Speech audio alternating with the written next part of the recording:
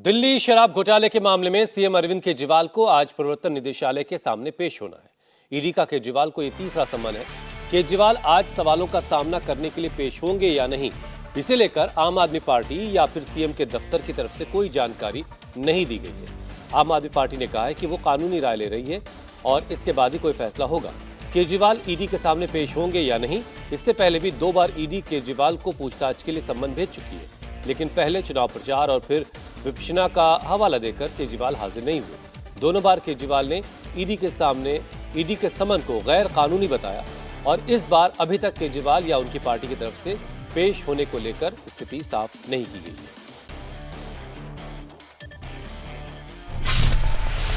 अरविंद केजरीवाल को ईडी का तीसरा समन।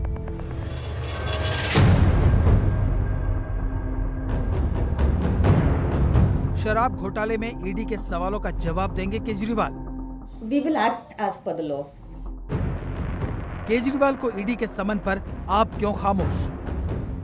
देखिए, इस पर हमारी legal team will be better equipped to answer and we will act as per the law. Arvind Kejriwal आज ईडी के सामने पेश होंगे या नहीं, ये सस्पेंस अभी बना हुआ है।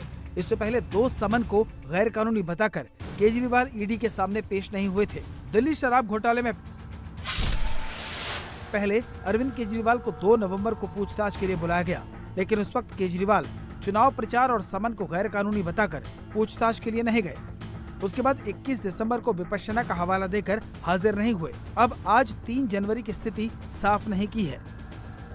इससे पहले जब भी ईडी का समन मिला, अरविंद केजरीवाल की पार्टी ईडी पर आरोप लगाती रही, लेकिन तीसरी बार समन मिलने पर पार्टी कानूनी एक्सपर्ट की राय ले रही है। We will act as per the law. देखिए, इस पर हमारी legal team will be better equipped to answer and we will act as per the law. Kejriwal को तीसरा नोटिस मिला तो बीजेपी फिर हमलावर हो गई है। केजरीवाल से पूछा है कि वो सवालों का सामना क्यों नहीं करते। नहीं, जाना ही चाहिए। अरविंद केजरीवाल जी ने अपने को उस नोटिस के, जांच के, पूछताछ के नोटिस के बावजूद नहीं जाने से उन्होंने अपने को अपराधी घोषित कर लिया है। पूरे दिल्ली की गली गली में लोगों के मन में ये चला गया, अरे ये तो अपराधी है, इसने तो भ्रमित करके दिल्ली को नुकसान कर दिया। बातें बहुत ऊंची ऊंची करते हैं और प्रश्नों का सामना नहीं कर सकते, इसका मतलब आपके पास कोई आधार नहीं है। तो मेरा मानना है कि अरविंद केजरीवाल, अब तो समझ में आता है कि पूछताछ की भी क्या ज़रूरत है। पूछताछ तो उससे की जाती है जो बैठा हुआ हो, जो बार बार कह रहा है ये हमारी बेगुनाही का सबूत है। अगर सवालों से कोई लगातार भाग रहा है तो वो सिद्ध कर रहा है, प्रूव कर रहा है कि ही इज़ कल्प्रिट। लेकिन वो ये कहते हैं कि मेरा बिल्कुल जो जीवन है वो शीशे की तरह बिल्कुल क्लियर है और कट्टर ईमानदार हूँ, और ये सिर्फ ईडी का इस्तेमाल चुनाव के मद्देनजर। नहीं, अभी कौन चुनाव था? जब लास्ट नोटिस आई तब तो कोई चुनाव नहीं था, लेकिन उसके बाद भी चुनाव तो बहुत पहले थे। तो भी मैं तो समझता हूँ ईडी को पहली बार इतना समय देते हुए किसी को देख रहा हूँ। जहाँ क्लियर, जिसके मंत्री जेल में है, कोर्ट बेल नहीं दे रही है, उसके बाद हमको आपको कहने की आवश्यकता क्या है? आप जाइए, प्रश्नों का सामना करिए। अभी भी मुझे लगता है कि कोई कितने भी बड़े पद पे हो, अगर कॉन्स्टिट्यूशनली उससे पूछताछ हो सकती है, उसके अपराधों का हिसाब लिया जा सकता है, तो अरविंद केजरीवाल उससे अलग क्यों होंगे? उनसे भी लिया जाना चाहिए।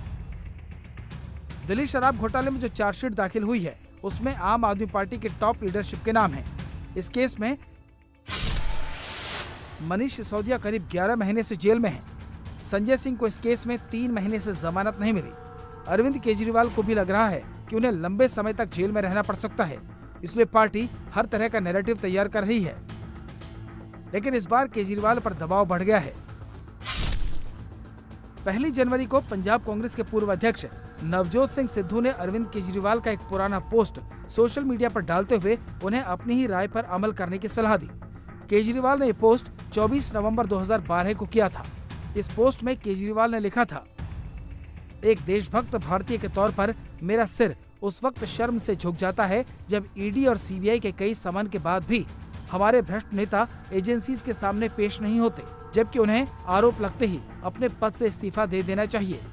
इसी पोस्ट पर नवजोत सिंह सिद्धू ने लिखा है, जो सबक देते हो उस पर अमल करो, ईडी के संगीत का सामना करो, भले ही तुम्हें धुन पसंद ना हो।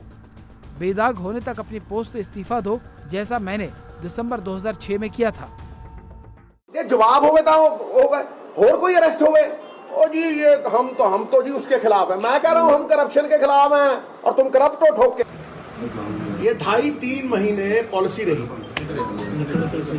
और 2.5-3 महीने में इस पॉलिसी को विथड्रॉ करना पड़ा। जब ये पॉलिसी विथड्रॉ होती है तो उसी से साफ हो जाता है कि दाल में काला। क्यों भाई, क्यों भाग रहे हो? टाइम चाहिए,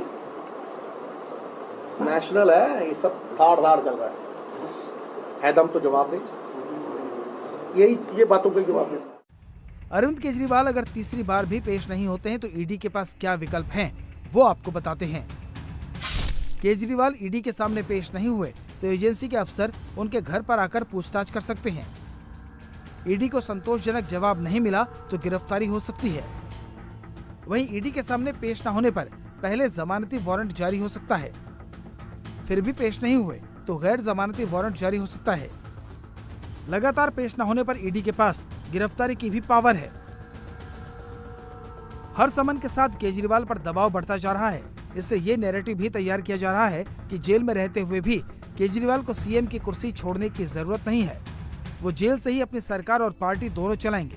वहीं ईडी ने एक्साइज केस में आम आदमी पार्टी के खिलाफ चार्जशीट फाइल करने का संकेत देकर केजरीवाल समेत उनकी पार्टी के दूसरे नेताओं की मुसीबत बढ़ा दी है।